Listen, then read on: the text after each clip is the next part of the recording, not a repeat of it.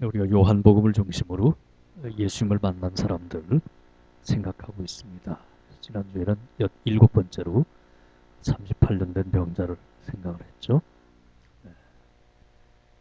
우리 주님은 치료하시는 분입니다. 38년 된 불가능한 세상적인 안목으로 전혀 손댈 수 없는 그런 환자도 치료하십니다. 동시에 네가 낫기를 원하느냐 그러면서 우리에게 믿음과 용기를 요구하십니다. 그리고 수많은 병자들 중에 오직 이 사람만 치유하십니다. 그런 거로 혹시 그리 아니하실지라도 여전히 하나님 우리를 사랑하시고 또 믿음 가지고 용기 있는 인생 살아야 할 것입니다. 오늘은 8번째 요한복음 8장 2절 이하 11절에 나와 있는 간음하다 현장에서 붙잡힌 여인, 그 여인과의 만남을 함께 생각하겠습니다.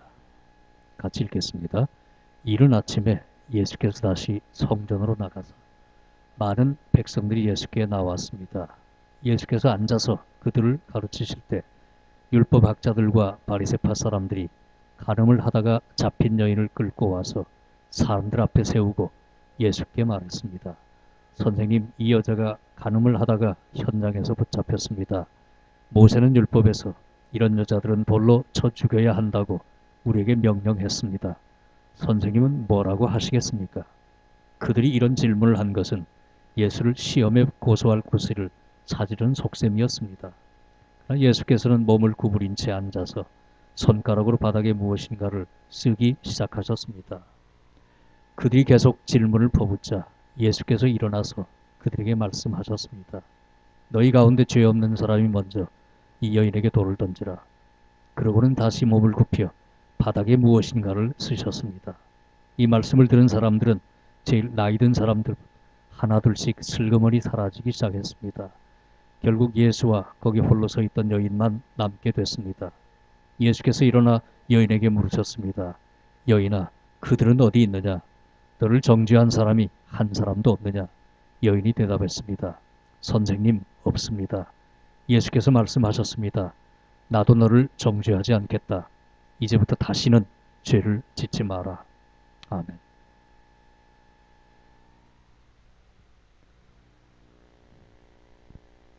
이 다리는 프레몬 캐년 브릿지라고요. 미국 와이오밍주에 있어요. 미국 중서부입니다.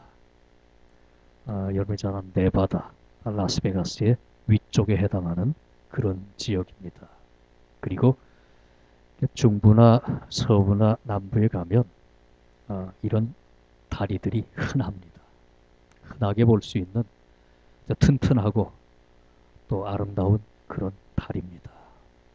그런데 이 다리에서 수년 전에 이런 일이 벌어집니다. The Darkest Night, 가장 어두운 밤. 이 책을 써서 출간됨으로 전 세계에 엄청난 충격을 준 일이 있습니다. 평범하고 아름다운 그런 달입니다. 그런데 수년 전에 15살짜리 암이라고 하는 여자, 그리고 레베카라고 하는 18살짜리 두 아이가 깡패들에게 납치가 돼서 많이 폭행을 당한 다음에 그리고는 이 두 아이를 다리 아래로 집어 던진 겁니다. 어린 아미는 그 자리에서 즉사를 했습니다. 그런데 큰아이 레베카는 물에 빠지는 바람에 온몸에 상처를 입었지만 구사일생으로 목숨만은 건집니다. 그런 다음에 19년이 지났습니다. 레베카가 결혼도 했고 아이도 낳았습니다. 그런데 19년 만에 다시 이 다리에 왔습니다. 그리고는 그 다리에서 다시 뛰어내립니다. 그래서 레베카에게 이 다리는 2번 죽임을 경험한 뼈아픈 다리가 됩니다. 왜냐하면 자기 동생을 죽이고 자기를 폭행하고 죽이려고 했던 그 두 사람의 깡패들이 바로 그때 풀려 나오게 된 겁니다. 사람을 죽였는데도, 엄청나게 성폭행하고 죽이려고 했는데도 19년 만에 석방에서 풀려 나오는 겁니다. 이거를 더 이상 견딜 수 없었던 레베카는 이 자리에 다시 가서 뛰어내려 자살을 합니다. 그런 거로 이 평범하고 아름다운 딸이지만 아미와 레베카에게는 두려움과 죄책감과 분노와 절망감과 수치감을 안겨주는 그런 공간이었던 겁니다. 그런데요, 우리 각자의 삶도 돌아다 보면 정말 되돌아가기 싫은, 생각하기 싫은, 다시 직면하고 싶지 않은 그런 우리만의 고통의 현장이, 아픔의 관계가, 그런 사건들이 있었던 겁니다. 크거나 작든지 그런 일들이 있습니다. 그리고 성경에 보면 그런 사람들이, 그런 사건들이 무수하게 나타납니다. 산다고 하는 것은 아름다운 꽃길도 있지만 벼랑길도 있고요, 가시밭길도 있고요, 또는 골짜기도 있습니다. 오늘 우리가 생각하려고 하는 가늠하다 현장에서 붙잡힌 여인, 이 여인도 아미나 레베카처럼 수치심과 절망감과 죄책감과 불안감으로 사람들 앞에 끌려 나왔고 한복판에 세움을 당하고 정말 쥐구멍이라도 있으면 도망가고 싶은, 죽고만 싶은 그런 절망적인 상태였을 겁니다. 그래서 이 여인도 죄책감이 있고 자기를 붙잡은 사람들에 대한 분노도 있고 인생에 대한 절망감이 있습니다. 그런데 이 이야기는 실패한, 그래서 부끄러운 사람의 이야기지만 동시에 은혜로운 용서의 이야기입니다. 절망감에 부르떨며 죽고만 싶은 깊은 죄책감과 수치에 사로잡혀 있는 이런 여인에게 우리 주님은 손을 내밉니다. 그리고 과거를 끊고 새 출발하도록, 새 인생을 힘있게 살아갈 수 있도록 용서와 사랑을 베풉니다. 이것이 복음입니다. 이것이 우리 예수님의 사랑입니다. 오늘도 가늠하다 현장에도 붙잡힌 이 여인을 만나주셨던, 그래서 과거를 다 용서하고 새 삶의 기회를 주셨던 우리 주님은 오늘 우리를 향해 다가오십니다. 우리의 마음을 어루만지십니다. 우리의 삶을 향해 새로운 기회와 은혜와 축복을 아울러 베푸시기를 원하십니다. 이 주님을 다 여러분도 만나시길 바라면서 오늘의 스토리를 좀 더 깊이 생각해 보십시다. 3절부터 6절 다시 한번 읽읍시다. 율법학자들과 바리새파 사람들이 간음을 하다가 잡힌 여인을 끌고 와서 사람들 앞에 세우고 예수께 말했습니다. 선생님, 이 여자가 간음을 하다가 현장에서 붙잡혔습니다. 모세는 율법에서 이런 여자들은 돌로 쳐 죽여야 한다고 우리에게 명령했습니다. 선생님은 뭐라고 하시겠습니까?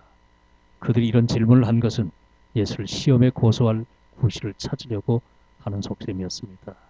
여기 보면 여자를 현장에서 붙잡아가지고 고소하는 사람들이 있습니다. 만약에 우리가 남이 모르는 현장에서 했던 거짓말이나 남에 대해 했던 욕이라든가 또는 남의 물건을 슬쩍 훔쳤다든가 부도덕한 일을, 거짓된 일을 행했다면, 그리고 그것이 드러나서 사람들 앞에 공개하게 됐다면 어떻겠어요? 이 여인은 지금 현장에서 붙잡혔습니다. 그런데 이상해요. 가늠하다 현장에서 붙잡혔으면 남자도 있어야 되는데 남자는 등장하지 않아요. 아마 도망을 갔든지 아니면 자리에서 빠져나간 것 같아요. 어떻든 힘없고 연약한 여인만 붙들려가지고 끌려 나옵니다. 그리고 율법학자 바리새인들이 고소를 합니다. 누굽니까? 이 사람들은 배운 사람들이고요. 종교인들입니다. 그리고 이 당시에 성경을 가장 잘 안다고 하는 성경 박사들입니다. 성경 교사들이에요. 가장 잘 믿는다고 생각하는 종교적인 지도자들입니다. 근데 오늘도 마찬가지예요. 우리가 아무리 많이 성경을 알고 영적인 경험을 하고 여러 가지 직분을 가지고 있다고 해도 예수 그리스도의 생명이 우리의 삶을 다스리지 않고 그저 문자적인 성경의 지식으로 살아가면 바리새인 되는 겁니다. 똑같이 생명을 죽이는, 살리는 것이 아닌, 사랑이 아닌 미움과 고소와 정죄로 이끌어갑니다. 이 사람들 하는 일은 연약하고 불쌍한 너희를 죽이려고 데리고 나온 거예요. 그리고 고소합니다. 잘 믿는다는 사람들이, 성경 교사라는 사람들이, 종교 지도라는 사람들이 하는 일입니다. 모세 율법을 얘기했어요. 돌로 쳐 죽여라. 신명기 22장에 가면 명문화 되어 있습니다. 가늠한 사람은 돌로 쳐 죽이라 했습니다. 그런데 이제 묻습니다. 당신의 의견은 뭡니까? 이게 딜레마라는 겁니다. 아주 간교한 질문입니다. 함정입니다. 만약에 노 하면 어떻게 됩니까? 노 하면 모세율법을 무시하는 자입니다. 그리고 지금 돌을 들고 들어와서 치려고 합니다. 돌로 쳐 죽이라고 했는데 어떻게 할 겁니까? 그러면은 모세율법을 무시하는 자예요. 로마법을 대항하는 겁니다. 왜냐하면 자기 멋대로 지금 법을 집행하려고 하는 것이 되는 거니까 말입니다. 예스해도 마찬가지예요. 사랑과 은혜가 없는 무자비한 자가 됩니다. 또 로마 법을 대항하는 자가 돼요. 예스해도 문제고 노해도 문제입니다. 근데 살다 보면 종종 이런 사람들 만납니다. 아주 간교하게 함정을 만들고 접근하고 이런저런 질문도 던지고 끌어가려고 하는 사람들 말입니다. 예수님을 지금 시험에 빠지게 하려고 예스 할 수도 없고 노 할 수도 없는 그런 문제를 가지고 나와서 문제를 던진 겁니다. 예수님은 이때 어떻게 했나요? 6절에 보면 예수께서는 몸을 구부린 채 앉아 손가락으로 바닥에 무엇인가 쓰기 시작합니다. 왜 그랬을까요? 사람들이 와 몰려와가지고 여인을 세워놓고 모세는 돌로 치라고 했는데 칠까요 말까요? 당신 생각은 뭡니까? 이때 예수님은 자리에 앉으셔서 글을 적기 시작합니다.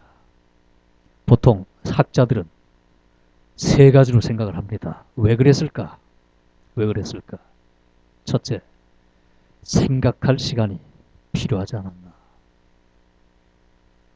어떻게 여기서 반응을 해야 할 것이냐? 이 상황에서 어떻게 해야 하나? 사람이 어떤 자극적인 상황에 직면하게 될 때 항상 필요한 건 좀 더 생각하는 시간입니다. 조금만 우리의 반응을 늦출 필요가 있어요. 즉각 반응할 것이 아니라 조금만 생각하는 시간 필요해요. 그래서 예수님도 생각할 시간이 필요하지 않았나 생각해 봅니다. 두 번째로 어떤 학자들은 지금 사람들이 돌을 들고 와서 칠까요 말까요? 눈에 핏빛이 서려 있어요. 토끼가 있어요. 미움이 가득 차 있어요. 종교 지도자라는 사람들이 예수님 함정에 빠뜨리려고 어떻게 하는가 보자 하면서 다가와 있습니다. 정말 보기 싫은 사람들이죠. 마음이 많이 보입니다. 잘 믿는 척하고 성경 아는 척하는데 사실은 사람을 죽이려고 하고 지금 사람을 함정에 빠뜨리려고 하는 악한 사람들이 와 있어요. 예수님이 일단 그 악한 사람들의 토끼 어린 눈빛을 피하고 싶지 않았겠나. 그런 생각도 해봐요. 피하는 겁니다. 여러분, 부부 싸움도 하다 보면 각자 의견이 있잖아요. 생각이 있고. 종종 좀 피하세요. 조금 피하는 게 좋아요. 그래야 조금 시간을 벌면 또 지나가면 캄다운 되죠. 예수님도 그래서 그렇게 한 게 아니겠나. 세 번째 또 의견이 있습니다. 일단 말씀하기 전에 그들을 대항해서 글을 쓰지 않았겠는가. 지금 막 다가와가지고 어떻게 생각하십니까? 얘기해 주십시오. 칠까요 말까요? 조용히 앉아 글을 쓰십니다. 그러면 몰려온 사람들이 어떻게 할까요? 도대체 저 양반 뭘 쓰실까? 좀 관심이 생길 거 아닙니까? 그럼 가까이 다가와 봅니다. 뭘 쓰나?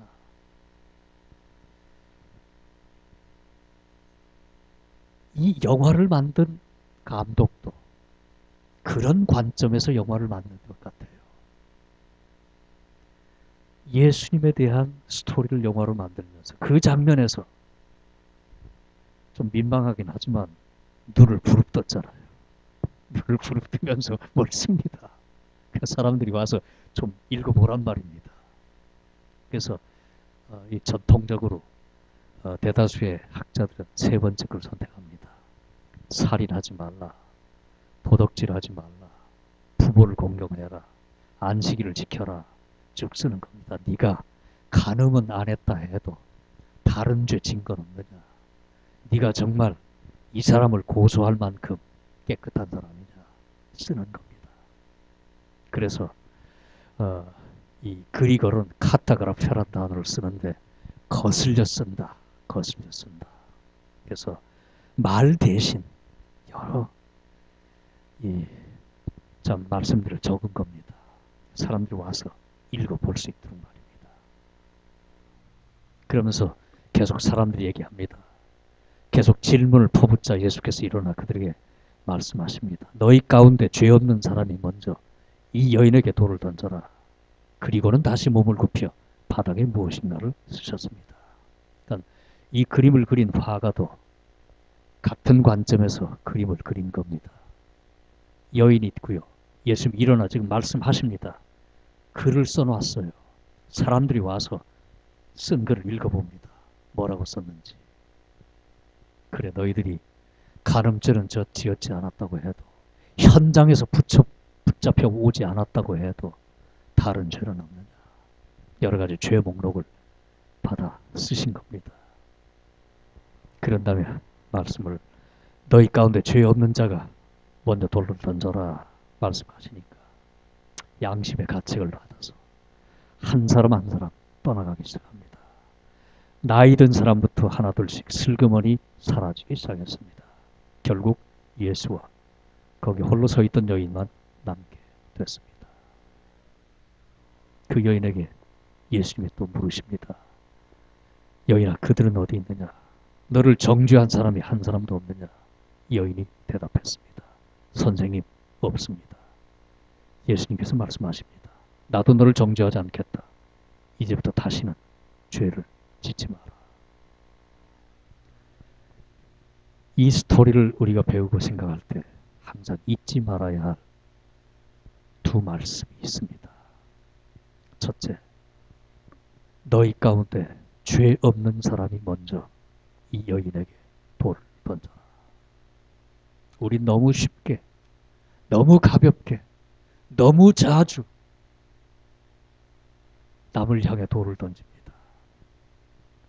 함부로 말하고, 함부로 평가하고, 정죄하고, 비판하고, 판단하고 다 돌 던지는 거예요. 그러나 우리 주님은 돌 던지지 말라고 그랬어요. 모든 판단은, 심판은 하나님께 있습니다. 우린 잘 몰라요. 아니 땐 굴뚝에 연기 나자 그런 말도 있지만 우린 잘 몰라요. 그것까지도 무슨 정황이 있다고 해서 쉽게 말할 것도 아닙니다. 쉽게 돌을 던져서는 안 돼요. 돌 던지지 마라. 돌 던지지 마라. 그렇다고 해서 현장에서 가늠하다 붙잡힌 여인을 그대로 놔두진 않습니다. 나도 너를 정죄하진 않겠다. 더 이상 과거는 묻지 않겠다. 그러나 이제부터는 똑바로 살아라. 정직하게 살고 깨끗하게 살고 순결하게 살고 경건하게 살아라. 이제부터 다시는 죄를 짓지 마라. 이 두 가지 말씀을 우리가 기억해야 합니다. 우리는 쉽게 정죄하지 마십시다. 남의 말 하지 말아요. 함부로 돌 던지는 일 하지 말아야 됩니다.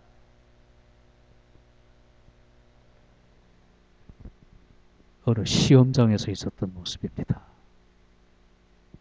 네, 시험장에서 컨닝합니다. 다 컨닝하는 모습이에요. 컨닝 안 해본 사람 있습니까? 저도 솔직히 몇 번 했습니다. 중학교 다닐 때, 고등학교 다닐 때 컨닝 안 해본 사람 있어요? 야, 참 열심히 해요. 밑에 옆에 살짝 바라보고 옆에다 뭘 하나 놔두고 쪽지 밑에다 탁 해가지고. 여러분, 우리도 털어서 먼지 안 날 사람 없습니다. 또 이민 생활하다 보면 이 사회를 잘 몰라서, 여기 법을 잘 몰라서 알게 모르게 정말 모르고 하는 경우가 많이 있습니다만은 법을 어기는 경우도 많잖아요. 불법을 행할 때 많습니다. 여러분, 도대체 누가 누구에게 돌을 던지겠다는 겁니까? 내가 이렇게 부족한데, 내가 이렇게 허물이 많은데, 그냥 남들 앞에서는 그럴듯하게 보이지만 남들이 보이지 않는 가정에서나 개인적인 생활 속에서나 또는 나를 모르는 사람들 속에서 여전히 부도덕스럽고 여러 가지 거짓도 있고 떳떳지 못한 것들도 있고 잘못된 몸들이 많은데 말입니다. 우리 주님은 심지어 현장에서 붙잡혀온 가늠한 여인을 향해서도 돌 던지지 마라. 나도 이 사람 정죄하지 않겠다. 예수님도, 아니 세상에 우리 주님만은 정죄하셔야 됩니다. 그렇잖아요. 우리 주님만은 정죄할 수 있고 돌을 던질 수 있으신 유일하신 분입니다. 그런데 우리 주님도 나도 정죄하지 않겠다. 근데 왜 함부로 말하고 행동하고 판단하고 정죄하고 비판하고 돌을 던지겠다는 거예요? 이거 아닙니다. 돌 던지지 마라. 나도 정죄하지 않겠다. 꼭 기억해야 할 말씀입니다. 이 그림을 자세히 보십시다. 렘브란트가 그린 겁니다. 명화가 명작되는 것은 깊은 메시지가 있기 때문입니다. 그림도 수려하고 아름답고 웅장하지만 작가가 사물과 스토리와 사건을 보는 데에 깊은 메시지를 담습니다. 이 전체 그림 가운데 가장 우뚝 서 있는 분이 누굽니까? 예수님입니다. 그리고 예수님 옆에 제자로 보이는 사람이 있습니다. 그런데 율법사, 바리새인들은 다 머리 아래입니다. 그리고 이 그림을 잘 봐야 합니다. 가장 환하게, 가장 깨끗하면서도 어둠 있게 누구를 표현했습니까? 끌려온 여인입니다. 끌려온 여인.